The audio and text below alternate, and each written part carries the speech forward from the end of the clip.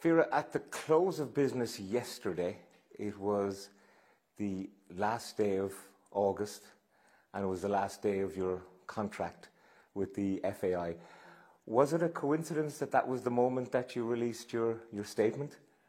No, it was actually ready for a few days. I did not even know it was my last day, but I did it after the press conference of Stephen because I didn't want him to get involved in this. And this will be my only interview that I give, so no other media I will get involved in. Well, there's been quite a storm around your departure from the FAI, in particular following that statement. I mean, I remember once you telling me to be the storm. Like, are you comfortable being in the middle of this controversy? No, not at all. But the reason why I'm here is not so much to defend myself, although I think the people in Ireland deserve to know what happened because I've been supported so well by everybody, but especially to learn. I think education is part of growing in sport and growing in women in sport. It's not only in sport, you can transfer it to business, and maybe there's some lessons to learn from this. In your statement, you made some significant accusations against the executive of the FAI. Do you want to talk to me first of all about the manner in which you believe that they undermined your authority even before the World Cup? My contract, that was an issue. In January, the CEO was asked about the situation. His answers were not, let's say, the most handiest. And I saved him before the February camp because I said, at that moment I wasn't ready for it, and I'll deal with it as soon as the program is set. I know that in press has been said after the World Cup, but I've never said that when my program was set. And that was on the 10th of March. So I texted the CEO to say that I was ready for a talk. And we're now 25 weeks later, and nothing had happened until the last, 2 days before the end of my contract. In the meantime, in May, there would be a final discussion with an offer, which was not made. And on the 9th of June, a text message came that afternoon an offer would be made. So far before the Athletic interview came out. And then the Athletic interview came out. I have personal reasons why I had to engage in it. And the details are known by the CEO and the communication manager, so I've been completely open to them about it. But it looks now as if the same things were put into that article, and that I stepped over borders to engage players or to put players under pressure just before the World Cup, which was not the case, and of course timing was not okay. But from that moment on, the CEO has had meetings with staff members, with players, and that has had a major influence on the development of the authority during the World Cup. Can I ask you though, do you regret bringing up the Athletic allegations again? I mean, do you feel that you absolutely had to before the World Cup? Could it not have waited until after the tournament? I've done everything for that. I've done everything to get it after the World Cup. And they said, if you do not engage, we just write this all. And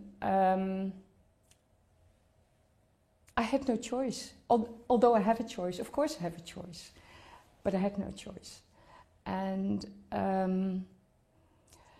I have asked the CEO to stop engaging with people. And he said that he had the right to do so, he has. But to step into the space of technical affairs, which is the connection and the way the team building process is going, I've explained to him that it would be a detrimental effect and that my space would be restricted, and that every single step I would make could be placed into a corner of mental pressure, safeguarding, everything that's coming with it. And that happened as a result of it.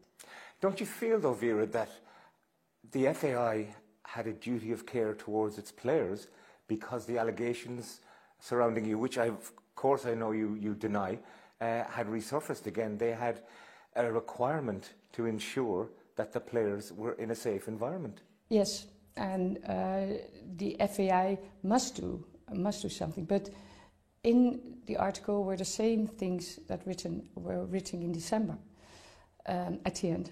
And the way that's been treated now was more to safeguard the management and to make sure that they were doing the right things instead of what is best for the team now.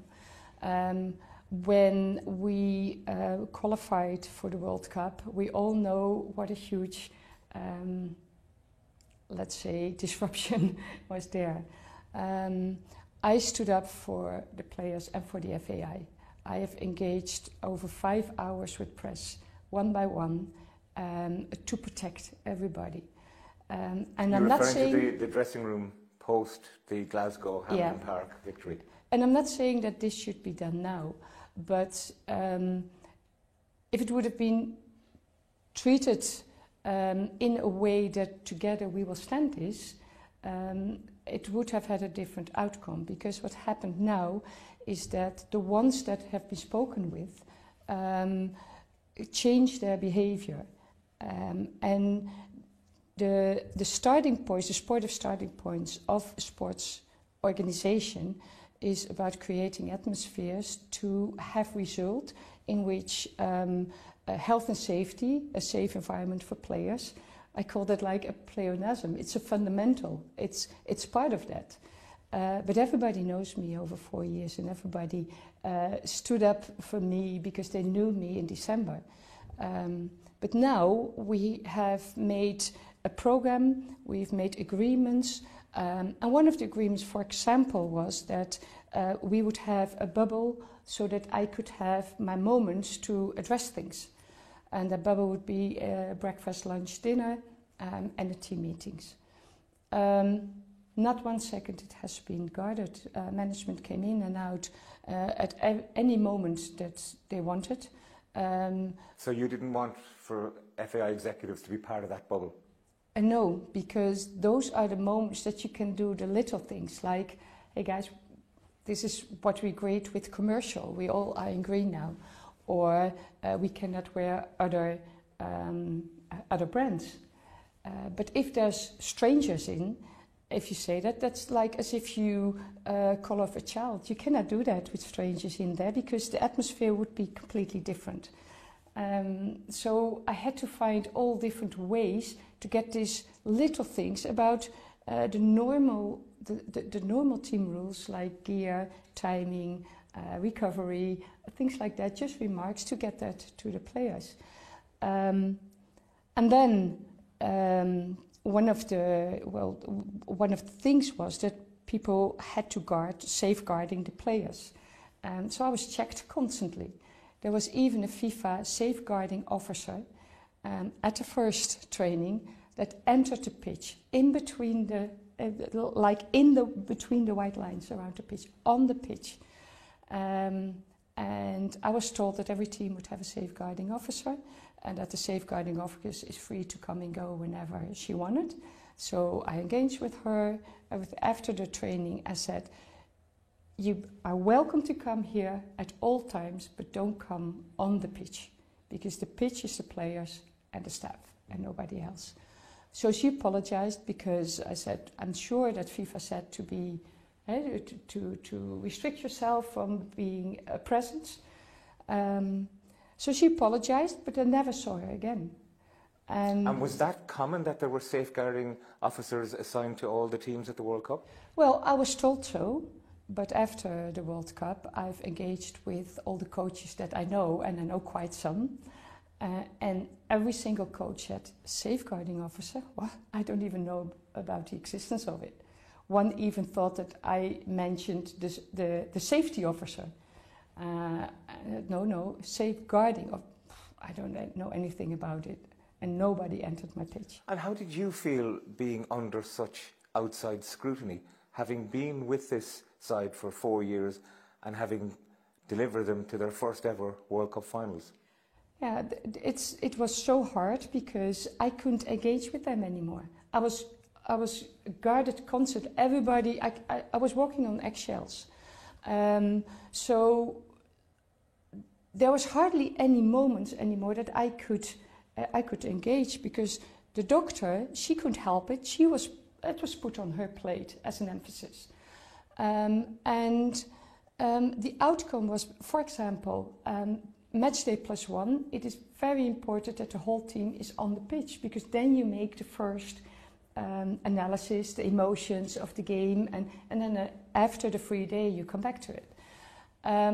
But all the players had to be in the pool. Safeguarding, everybody had to be in the pool. So the second, let's say the bench players, they had to go to the pitch, which separated them. And they were already separated because we had to travel on separate flights with a separate jet lag protocol.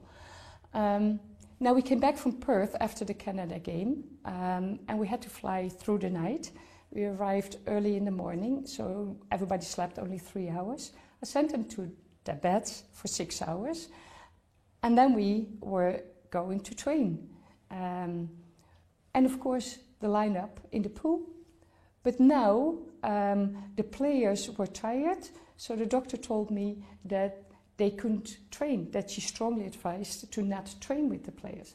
But the subs had to train. Everybody knows that they have to train match day +1. But it ended up with that I was told, if somebody rolls her ankle, do you know that you can get a safeguarding claim on you?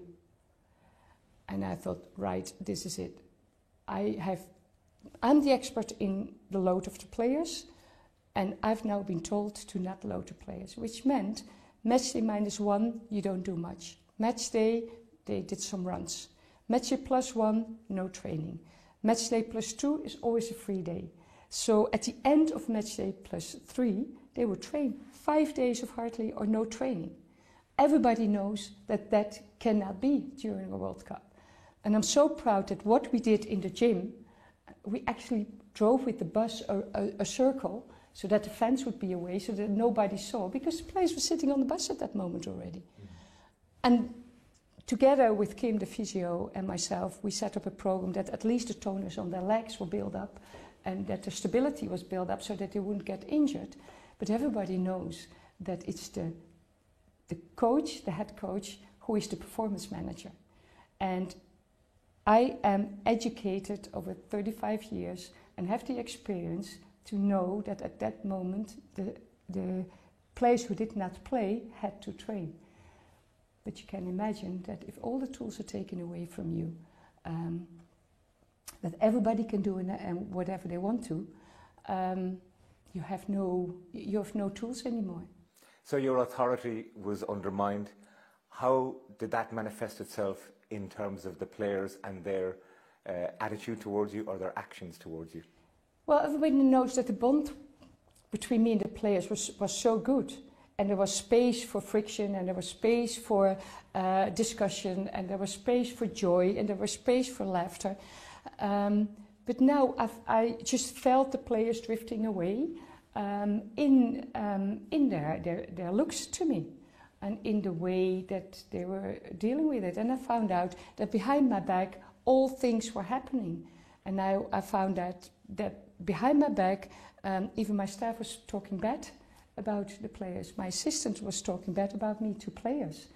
Even the selection process, which was anonymous, he was questioning and he was putting out. I only found out later, but those things are really, do you feel betrayed? Annoying. Yes, I felt betrayed, yeah. The players were asked so many times in the various press opportunities to give you backing, or they were asked about their attitude towards you, and they declined to give that backing. I'm sure it was difficult for them, I have to say, but nonetheless, how did that make you feel? The thing is, they were briefed. So one player was really upset about how her remarks was put in the press. So I went to her because I was told that she was really upset because she just said what she had to say. And I said, listen, I know how you feel about me. Don't worry. I know what's happening here. I beg you, don't worry. It doesn't touch me because I know how you feel about me. They were in such a difficult positions. I don't blame any player at all for anything, because if that is happening around them, they're young people who are playing the World Cup, the first ever World Cup. Everything is happening around, and now the border is pushed further and further and further away. And my way of coaching is always being clear. So if management is engaging like that, is interfering like that, clarity is out of the way. And that clarity, players need that to have a hook to hold on. And that clarity was taken out. So they did not feel comfortable, they were unsure what to do, they were unsure what was happening. And I decided at one point to step back, to think, right, this is not about you, this is about the World Cup and helping the players to give their best performance ever, every single game. And that is what I've just been focusing on. Can I ask you, though, about your relationship with your captain, Katie McCabe? Before the team played France in the send-off game, she was clearly disappointed that the press conference was almost all about the athletic and, you know, those allegations that you deny once again. As the World Cup went on, she seemed to be more upset or disappointed, culminating in the final game against Nigeria, where she appeared to ask you from the pitch to make changes. Yeah. Subsequently, you did say that she asked for Sinead Farrelly to be taken off. Did you make that situation worse than it needed to be? Well, at that point, I just said what was going on. I was asked for it. I don't blame Katie. She was put in a position because of the talks with the CEO and management ongoing, that she couldn't place it anymore. If I hear that before the France game was exactly what I had discussed with the management. And of course she was disappointed, and I would be also. I would be also. But again, I had no choice. And the management could have said, listen, we know what's going on. We heard the background. In December, we have decided that this is, that we know Vera, we back her, and there's no differences. So we just go on, because we know it is not true. Why did that change from December to July? I think the management was starting to be fed up. They said, it's 5 years ago, it has nothing to do with us. Quite right so. So I said, if you do not want to extend my contract because of this, an abused woman with this background being charged, if you don't want that anymore, I understand. But just say no to me. And say it before we leave to Australia. And I am a professional, I will give my all, but then it's clear and everybody will know what's going on. So you offered them a way out as such? Yeah, and I would have accepted and understood it. And that is the key reason why that contract was not offered. So do you feel they were waiting to see if the team had performed better, had got out of the group or had gone on to the knockout stages, that they might have extended your contract? You have to ask them. I don't know. What I do know is that the things were happening, and I focused. I'm so proud of myself. The first time in my life, I'm really proud of myself actually, that under these circumstances, I made sure that the players were ready. There was no team, there was hardly any team being so ready as we were at the start, at the first second of the World Cup. Look at Germany, look at England, look at China, USA, Colombia. There's so many, Morocco. So many teams that had to grow into the tournament. We did not have to grow into the tournament. And that is something that I'm so incredibly proud of because of the circumstances. Do you feel though any team and the relationship a manager has with the team has a particular lifespan, particularly in international football? Yes, there is. But my bond was so good that I thought it was something, I had to give something to the Irish people, to the players, of course, to the FAI. I felt that I had to give something back also because of all the support and all the vibes and the fantastic journey that we had with each other. And that is why I'm not blaming the players at all, because they had the first experience and everything was new and big for them. Can I ask you about the review? The World Cup review began, you say, while you were all still in camp, and that wasn't acceptable to you. The thing is, an organization first needs to put down the targets of the association, the mandate that has been given, the program that is set, the outcome of the program, the performance, and then everything that comes with that. The evaluation of that needs to be done with the one who is responsible and who's in charge of leading that program.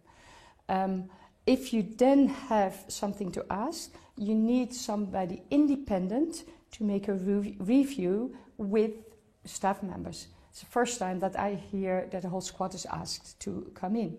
But if you turn it around, if you start with the little pains and niggles that players feel, whether they have not been playing much, whether they have been on the bench, whether they have felt uncomfortable because of everything, then that becomes the key part. That review was done by the technical director. He's not trained to make reviews, and he was part of the process. So the assignment on the technical director is something that to do a review immediately starting while still in camp after the Nigeria game is something that you cannot reflect.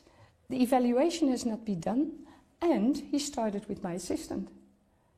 So first my assistant, then the communication manager, and I came in as third person. And I felt immediately that my assistant had set the benchmark with things that were absolutely ridiculous. For example, he had said that there was no communication, we did not discuss things. Every morning we had a staff meeting, and every single detail of, let's say, my tasks have been discussed, from the setup of the training sessions, from the game plan, the strategies, every single detail we discussed with us. Whereas, in fact, the information that I had to get from him never received. I never ever received one document about the scouting, for example. The scouts put their documents in the drive, but there was no overall analysis. And the first moment that I got it was the moment it was presented to the players. And then I was told that I was late in the analysis towards the players. Were you interviewed for this review? I was as third in camp still, without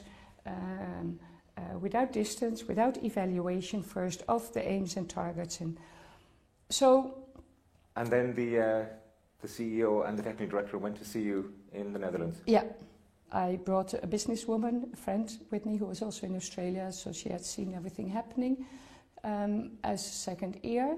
And we started with that article in The Athletic had been a key issue.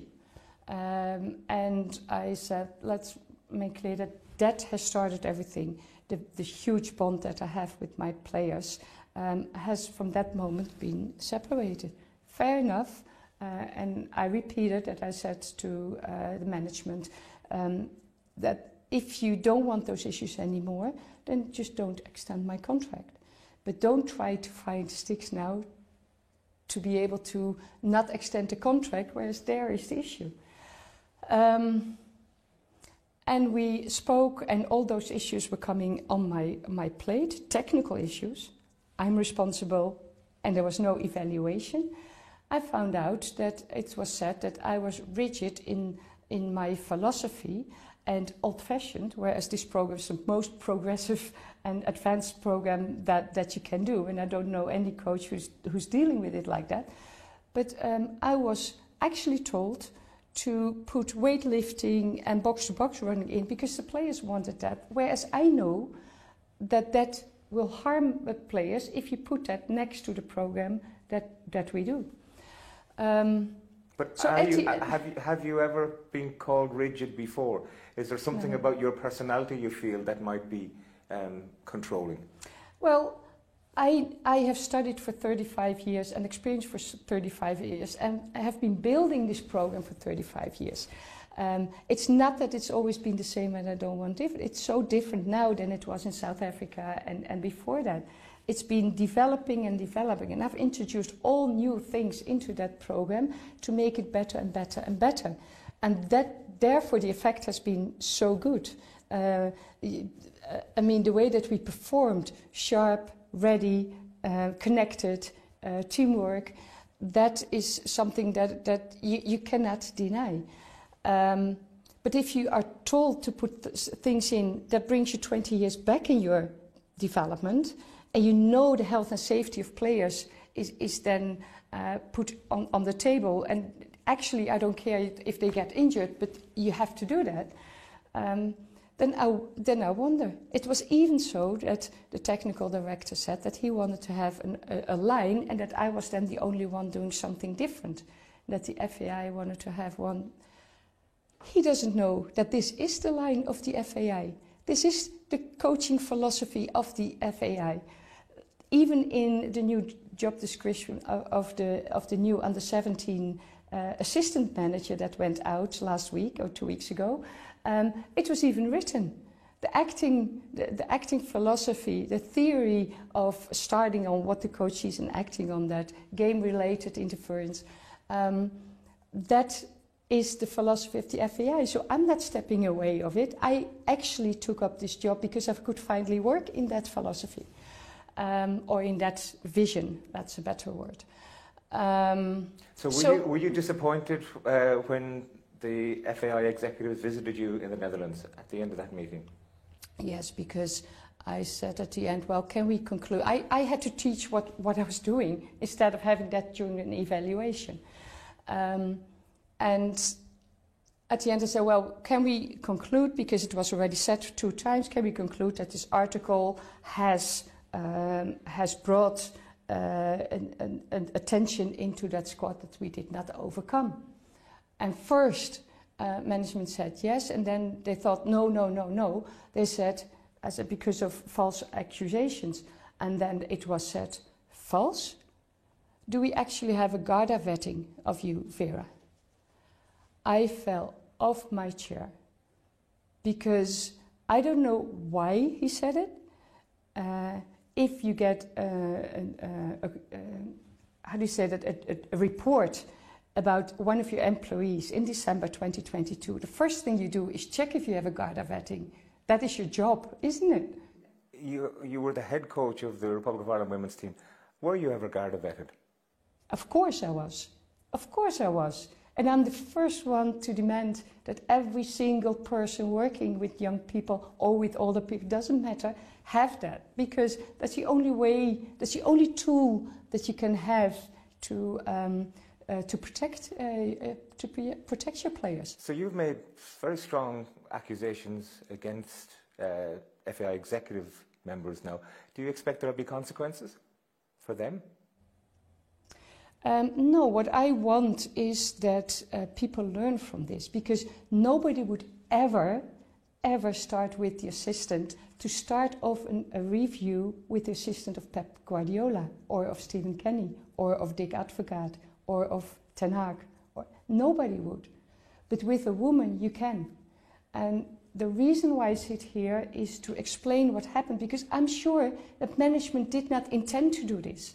They didn't. They thought this was the right thing, but it wasn't.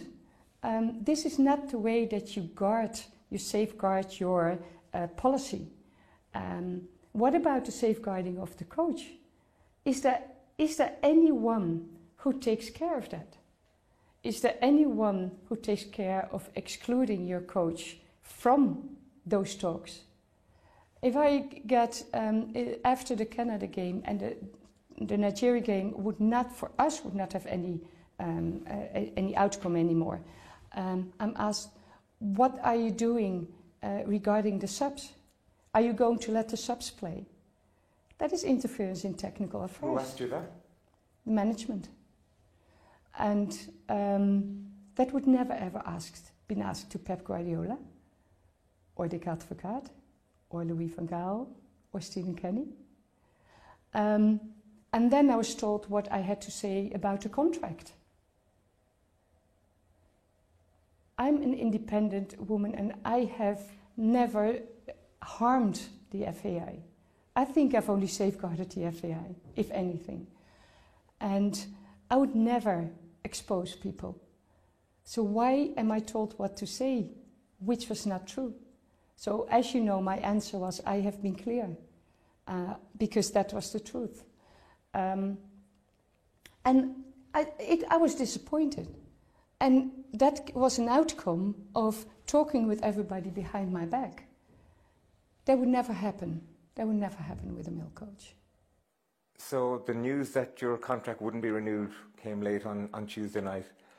In this era of social media, there hasn't been one player say thank you to you when they've often been very quick to go on Instagram or any other social media post. Yeah. How disappointing is that for you? Well, many players have done it to me. Not all, but many players. And especially many parents. And that is so good to hear, because they have seen their daughters developing. So you have had, since the news, goodwill wishes from some players? Yeah. And from several players, from more players, but not from all. And can I ask you about your relationship with the captain now? Have you spoken to her since the World Cup? Yes, but can I please answer also on not going to social media? I understand there's such a difficult position. They've not asked for this. They have not asked for this. So I do not blame them to not do that, because they need to go on either with me or with another coach.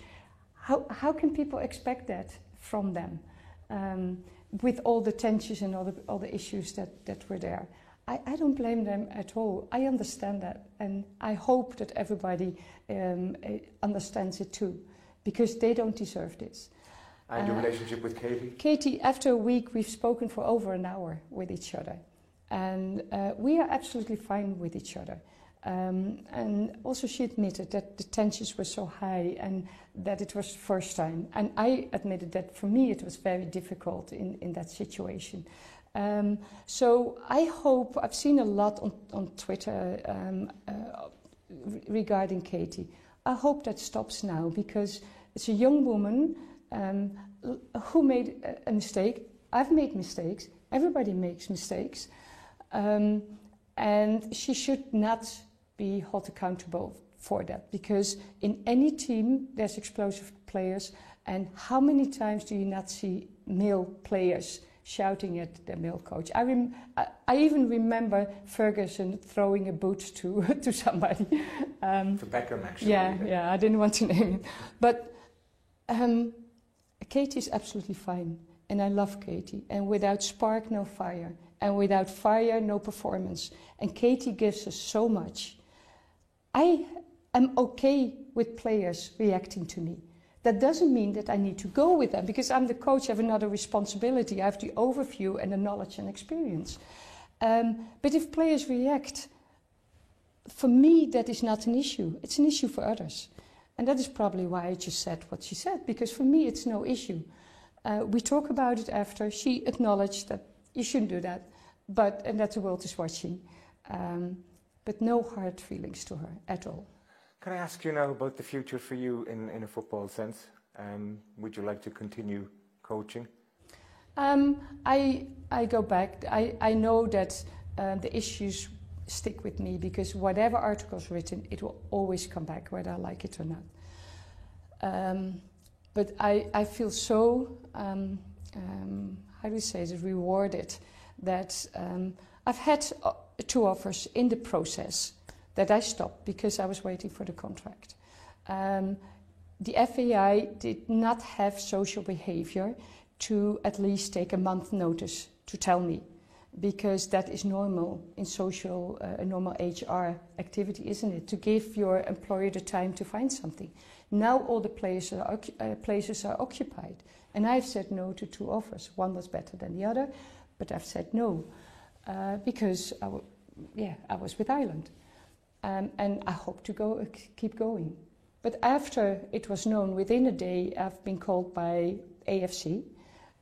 Because they are so astonished about the development of Ireland that they want me to teach the course in Bangkok to their tutors of Pro license and A license of all Asia, and to explain how we did it, what steps, with method, and so on. And that gives me the feeling, it's not me only saying that we've performed so well. Everybody has seen it, and people are astonished. I've been asked by UEFA to analyze Champions League men and Champions League women. Now I'm out of contract. And I did that already before, but now I'll do that more intensively.